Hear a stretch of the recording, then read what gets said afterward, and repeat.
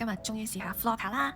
其實我哋每一個人都好似一件藝術品咁樣，間時都要打扮得靚靚咁樣出街㗎。呢排勁中意闊腳褲，覺得超級有型。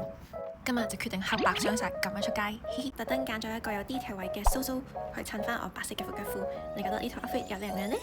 好似都有啲凍，所以披翻件圍巾就出去啦。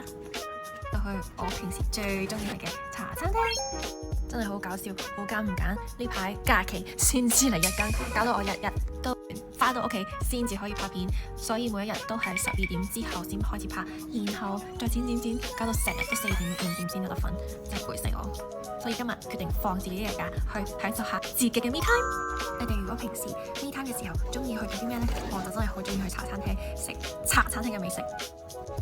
Cheers！ 今日就揀咗我好中意食嘅粟米斑腩飯，慶祝一下我連更咗8日啦，成功！呢一條路真係比我想象中難好多，加上我又對自己好有要求呢，拍得唔好又要重拍，剪得唔好剪到好為止。不過好彩我有一個特長，我總有辦法自愈，將自己嘅能量 boost up。